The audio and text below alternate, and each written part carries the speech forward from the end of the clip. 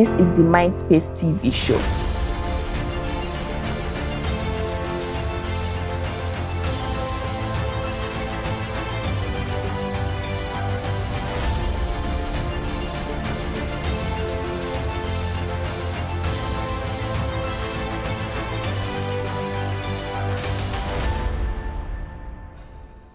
Welcome to the very first episode of the Mindspace TV show. It's so lovely to have you here. I'm your host and I'm Fawziyya Zakariyya. On this show, we talk about everything mental health and therapy, from pain to sexual wellness to addiction to trauma and inner child healing. Everything mental health, we talk about it here. On this, our very first episode, we have Oluwaseun Raphael to talk to us about mental resilience for entrepreneurs. He is the co-founder of mytherapist.ng and we're going to learn a lot from him. But we're going to go on a short break now. Don't touch that dial. As Africans, whenever we hear the words mental health or therapy, we often think in extremes, being mad or roaming the streets. On this show, we're here to change that narrative. Together, we'll explore practical real-life solutions, speak to leading mental health experts in Africa, and correct false assumptions. This is not just about awareness, we are about action. If your sexual health is not in a good state, have someone you can talk to. You can go to therapy to better yourself. I'm Fawziyya Zakariyya, and this is the Mindspace TV show. Healing begins with understanding, and understanding begins here.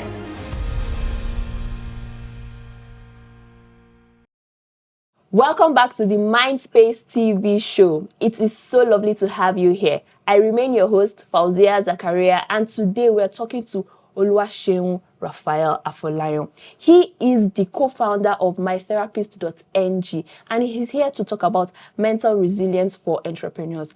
Please, can you kindly introduce yourself and tell us what you do? Yes, thank you, Fawziyya. My name is Oluwaseun Raphael Afolayan, as you've rightly said. I am a software engineer and a product architect. I happen to be the co-founder of one of Nigeria's biggest mental health startups, mytherapist.ng. It's a platform that we've given to Nigerians and Africans at large to have somewhere to get support for their mental health. Can you expand a bit on how mytherapist.ng gives people support for their mental health? Yes. The problem that we're trying to solve is removing all of the barriers that people face when they need access to mental health. Okay. Right. So we saw that a lot of people experienced stigma. There's a fear of lack of confidentiality when it comes to seeking mental health support. Not a lot of people here in Nigeria feel confident enough to tell their friends or even their family that they're in therapy. It's something that a lot of people still do silently and affects a lot of people really, right? So with mytherapist.ng, we've removed all of the barriers to seeking mental health support. So right now you have every tool at your disposal to make sure that you're getting the support that you need. So we have a mobile app really that a lot of people use to access this support. With the mobile app, you can sign up, talk to a therapist in less than 2 minutes. We've timed it, and that's just how efficient and fast it is. We've made it super affordable too. So with as low as 3,000 naira, you can talk to one of the best therapists here in Nigeria. As you're talking, it seems like you're deeply passionate and affected by the issue of mental health, and that's why you went on to develop mytherapist.ng. What are some of the things that led you to develop this mytherapist.ng? What are some of the driving forces behind it? Where do I start from? Is it from my childhood? Is it from 2020, which was like the tipping point for me? In 2020, we all know how difficult 2020 was for a lot of people, from COVID to NSAS support, to the NSAS protests, and facing personal issues of my own. There was a lot that I knew that I needed help with. Yeah. It got to a point where I was just a shadow of myself. I wasn't able to be me, right? And I knew that there was something called therapy. Therapy is something that I've read about in books, I've seen it in movies, but here in Nigeria, in the African context, it was something that still seemed really strange. Yes, and trying to get this therapy of a thing, there were a lot of barriers that I faced, right? Which is which are the barriers that the typical Nigerian would face when trying to get mental health support? There's a stigma, not being able to tell people that you need help, Yes. right? There's the cost as well. How do I talk to a therapist and I'm spending 100,000 naira for a therapy session when my salary is 70,000 naira? Do I still money to go to therapy? There's also the risk of it not being effective, Yes. right? Because therapy in itself is still something that is novel to a lot of people. So people doubt still if therapy is effective. Which short answer is a false assumption. Therapy is really, really effective when done properly, right? So what I set out to do, right, was to get help for myself. I used a platform called, you know what, I would not name this platform. They're a platform based in the US, right? And it was the fastest way that I could get the support that I needed. But on speaking to a therapist there, which was really, really expensive, right? Luckily, I was in a timeline where finances was not like so important to me, or at least I was desperate enough to not even worry about finances. Yes. Right. So I did use this platform, connected to a therapist in the US who was really like licensed, a really, really good therapist. But like 30 minutes into the session, I could notice that there was a disconnect. Right. For example, a therapist in the US will not be able to understand why my parents can flog me. Right. There's a lot of cultural differences that come in, and it makes it really difficult to connect, at least emotionally, with your therapist. Right, there's a big gap that socio-economic and socio-cultural difference brings, and you need that to be out of the way for that connection to be really, really solid. Yes. At least in time, right? So I saw that, and it wasn't really, really effective for me. Okay. Or maybe I just wasn't patient enough to want to look Continue, beyond that, yeah. right? So I tried to get help from home. I did use a very popular platform here in Nigeria that connects you to volunteer therapists. On getting connected to the therapist, it was easy for me to see that this person was a fashion designer. And as a fashion designer, this person thought, oh, I like talking to people. I like listening to people. I'm going to go and put Instagram on my, I'm going to go and put the word therapist on my Instagram bio. Right? So that lack of professionalism, lack of Yes. training. Yes, this person obviously wasn't trained. Yes. This person was not licensed. And it was really, really easy for me to know how sensitive therapy was, because I tried to put therapy in itself on the same scale as a surgery. Right? Because someone is like literally going into your mind Yes. to fix things. And if that person is not knowledgeable enough, is not professional enough to know these things, at least academically, right? You're like literally giving that person the power to go into your brain, into your mind, and mess things up. That's how sensitive therapy is. And I could see that, and I wasn't willing to risk it. Okay. Right? Yes, this person might be really, really helpful, but I wasn't willing to risk my sanity, especially given how messed up things were for me then. I wasn't really willing to leave the state of my mental health up to somebody that just thought, they have the gift of speaking to people, which is really lovely, by the way, too. But that wasn't what I needed. I needed something more holistic, something proper. Yes. Right. And I did get connected to an actual therapist. And along the way, I was able to start picking up pieces of my life one by one. My career, then I was working like in a really high paying job, right? At least back then, someone earning that amount right now would still be termed as a really big boy. Yeah. Right. But in that period of my life, I did not care about that. I left the job that I was working. I barely like worked like 4 months into this role, Yes. which was like the like highest paying job of my career up until then. Yes. Right. I left it just so that I could, focus on myself, get myself back. And again, back to it, I did find help with a really good therapist that I was able to connect with. That I felt that this was my choice. Yes. Not somebody being forced on me, you know what, go and talk to this person. This was someone that I saw, you know what, I think I like this person. Yeah. I'm going to talk to this person. And it wasn't, so difficult for me to open up. Yes. Right. So I started my healing journey with her, and some months later, I started a company with my therapist, and I called it my therapist.ng. Yes. Wow. Thank you so much for sharing that story. You know, that's a journey and that's a process, you know, that I think maybe many Nigerians will be able to relate to, you know, not finding the right fit. And then when you try to find someone that's culturally sensitive, you find that she's not professional, he or she's not professional enough, and then finally getting the right point. And then now you've talked about you started mytherapist.ng. Now we're going to your journey as an entrepreneur. How was it building mytherapist.ng, saying that you were also working on yourself and your healing journey? How was your process building mytherapist.ng, and how were there any mental health challenges you faced? How were you able to balance, you know, the emotional highs and lows of building something new, especially in our economic climate in Nigeria? Yes. So the idea for my therapist.ng really came in 2020, late 2020, and into 2021, I ran it through my then therapist, who would become my co-founder, Yes. and we started working on it together actively.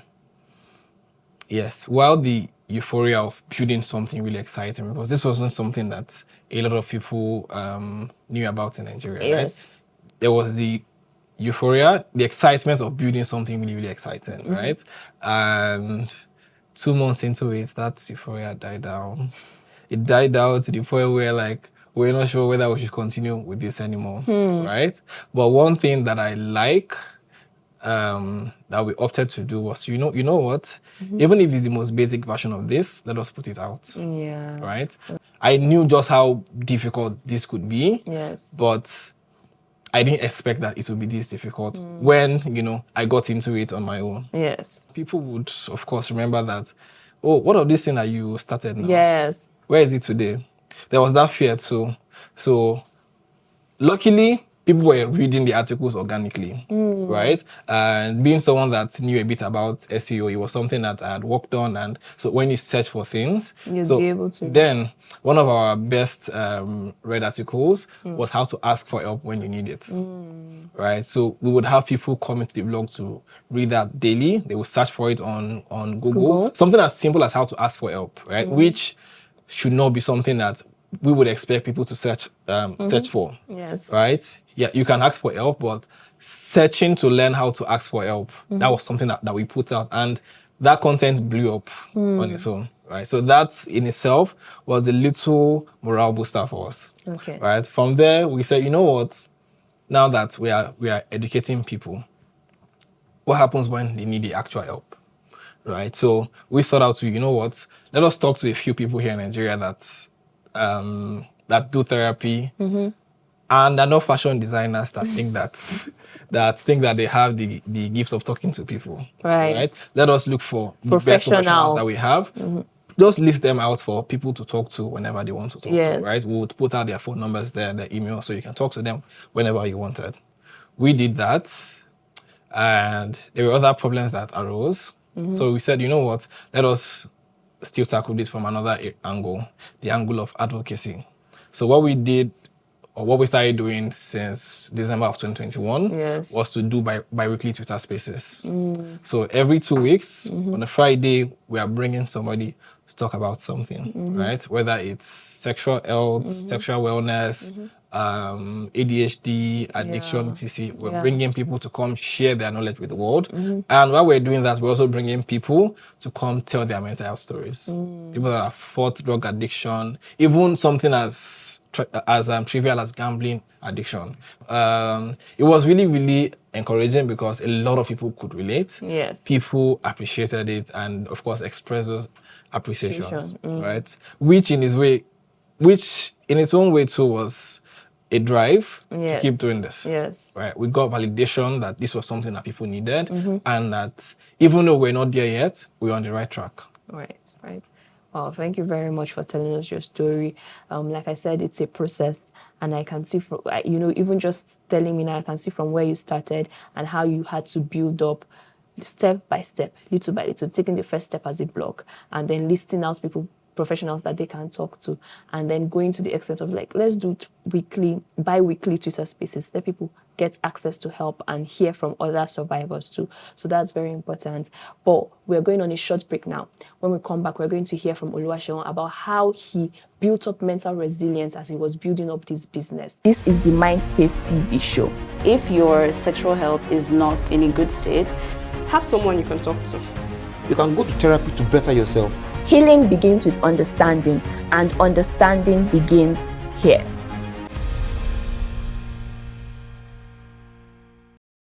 Welcome back to the Mindspace TV show. I still remain your host, Fawziyya Zakariyya, and I have been having a very lovely conversation with Oluwaseun here. He has told us a bit about how he built mytherapist.ng along with his co-founder. And now I want to focus on mental resilience. As you were building this app, how did you develop mental resilience? To go through the different stages of building the app. And can you share, after you do that, can you share some practical steps and tips and examples for other people who are building a business, for them to, improve and build mental resilience as an entrepreneur? Yes. If you follow me online or at least view my WhatsApp story, I always actively talk about something called maximizing shareholder value. Right now, well, some people might see it in its literal form. I translate it internally to giving the people that were part of this the best value, right? And the shareholders, quote unquote, not yet, at least, are not actual shareholders, right? They are the people that I count as my backbones, right? They are people that have supported me. Some have given a lot for this to happen, right? And when anybody asks me about resilience or what keeps me going or anything, I always refer to these people. These are like my support systems, right? Was it Isaac Somto? I'm sorry if I'm name dropping, but this was the person that when the idea came to my head, it was the first person I told about this, right? And like 5 hours later, this person had given me a logo. Right? He said, I told him what I needed. He said, say less. And 5 hours later, there was something in my email box. Go and check it out. I checked it out. I loved it immediately. And that has been my therapist.ng's logo from day one up until now. Right? I had a mentee. I have a mentee who, by the way, I'm not sure if I should call him my mentee still, Franklin Okolie. It was somebody that I'd been working with on the ground, trying to build a career with him in tech. And I spoke to him about the idea. You know what? I'm building this. Do you think you can work on this with me? It was, again, say no more. We started building the first code base together. Right? Olawale, the backend engineer, who started with us from day one and was with us for about 2.5 years. Right?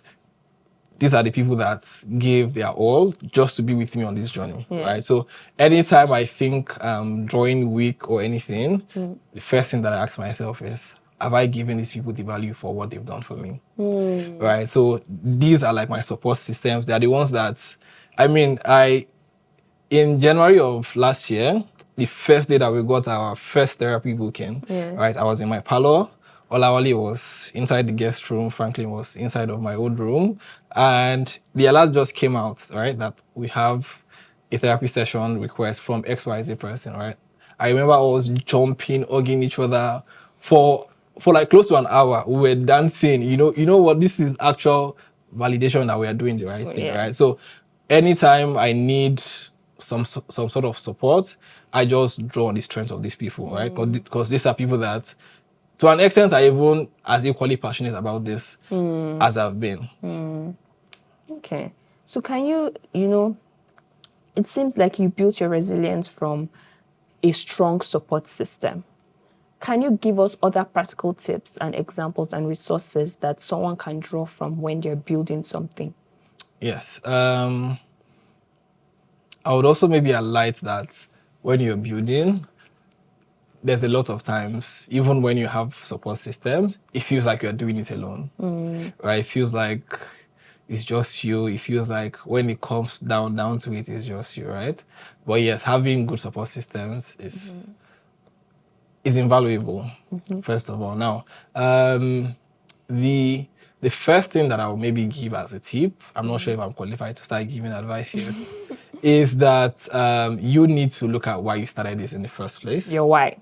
Yes. Why did you start this? And one thing I tell people when I have the chance to talk to people is if your why is not strong enough, it's going to show. Right?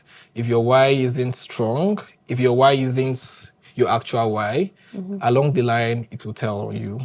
Right? So if you are, so I've been a part of accelerator programs. I've been a part of business incubators, and they always, try to shape what you put as your why statements or whatsoever, right? But I always tell people as much as I can that if your why is not genuine to you, right? If your why is being framed because you want to look good for the camera, even if your why is to make money, if that is your genuine reason, stick to it, right? If you want to have something else for the camera, fine. But you should know your why and you should hold it dearly, right? Know why you started doing this. For me, I believe some of us might know my why. I had a problem. I wanted to fix it for myself, and I wanted people to enjoy that solution as well. Yeah. You've shared a lot of insights about what it's like building something, and the kind of things that you relied on, your support system, always knowing your why, have a particular goal that you're looking towards that would ground you in present. Can you share any other lessons that you've learned from building mytherapist.ng? Tell us a few bits about going behind the stage, backstage. How was it building mytherapist.ng? What are the lessons you've learned that maybe you wish you had known, when you were building it or before you started?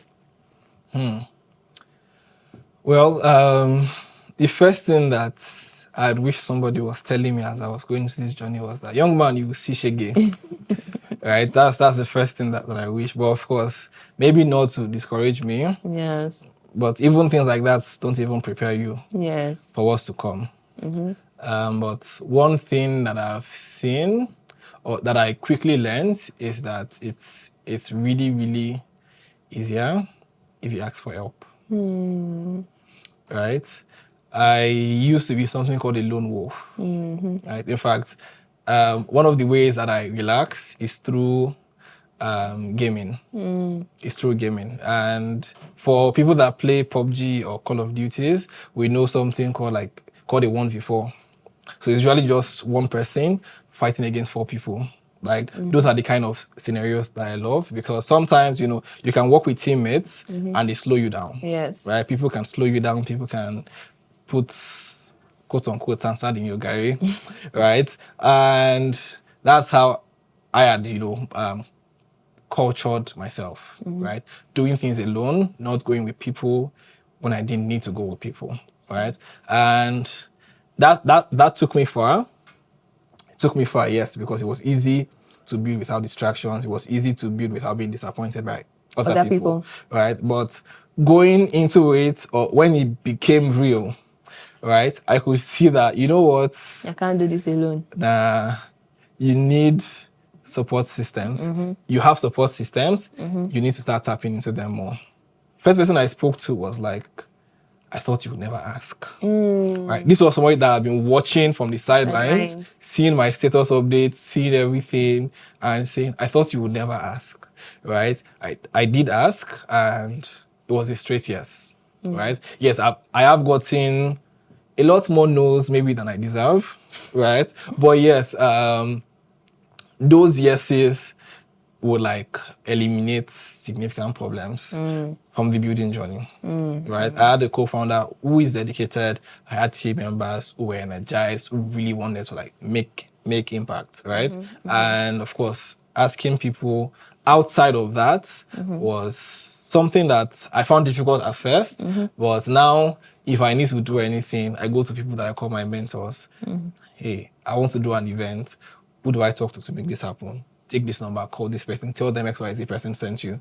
And, it becomes easier, or it started to become easier. Thank you for sharing. Thank you for saying do not be afraid to ask for help. In whatever you do, I think you at some point you realize that, you do need help, you do need support. So thank you for sharing that. And we have some questions now from our campus ambassadors. And one of the questions is, what's your advice for entrepreneurs that are struggling with self-doubt?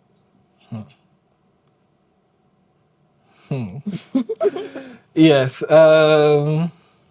I really did not see that question coming.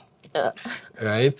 And maybe I'm not in the best position to answer that question because self-doubt is still something that I struggle with. Right? I manage it better now thanks to a lot of things, including therapy. Right? But in fact, it was so difficult for me at some point where on day one, it was as if I was a strong head, right? You can wake up today feeling energized, feeling like you want to take on the world. Yes. And something just happened somewhere, an email comes in. Usually emails that start with unfortunately, right? And These you emails just- come in and then it's as if you don't know what you're doing. Yes. Right? And, building a business, there are opportunities that you have to tap into. You have to Yes. apply for things, apply Yes. for funding. Yes. And they are the ones that you think that, you know what, this is my own. This opportunity belongs to me. Yes. I'm getting this. I'm submitting this application. And then they don't even, 24 hours later, you are getting a no, right? It kills confidence. It's demoralizing, right? yes. The morale dies off and all. Yes.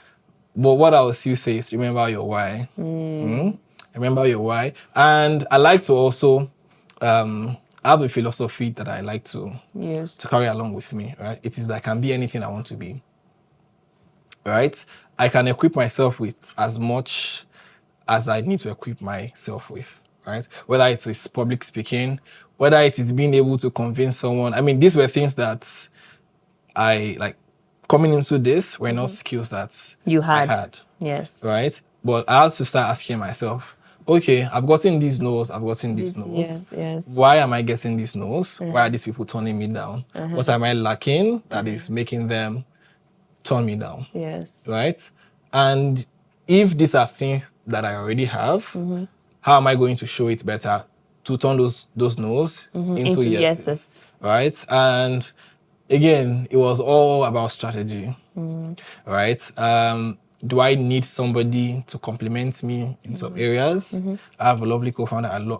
I have lovely team members, right? So there are some meetings where I'm going to, I tell some member of my team, you know what, you are going with me to this meeting today. Yes. Right? I see that you are someone that can be playful or something. This person might like a playful person. Okay. Right? So I go with that. And if it's something that I need to, brace myself up for, I prepare myself mentally, right? Oh, this person is an elderly person. They might not like somebody with my golden hair. What do? Do I enter inside the meeting room and prostrate just to show how respect? But again, I've told myself, and I've seen that I can reinvent myself as many times as possible. Thank you very much. You've talked about, remembering your why. You've talked about reinventing yourself. And I'm sure entrepreneurs can take a whole lot of knowledge and nuggets from all what you've spoken about. Thank you for sharing your experience, for sharing what it actually took to build and the lessons you've learned. Thank you, Oluwaseun Raphael Afolayan, for speaking to us. And I want you to always remember that you can go to mytherapist.ng and access different types of mental health, care, mental health therapies from different therapists that are licensed and specialized and professionals. They are not, fashion designers that might probably be a good listener. Thank you so much for staying on this episode and listening to us. And I want you to always remember that healing begins with understanding, and understanding begins here. I remain Fawziyya Zakariyya, your host, and it's so lovely to have you here. I cannot wait to see you at the next episode. Thank you.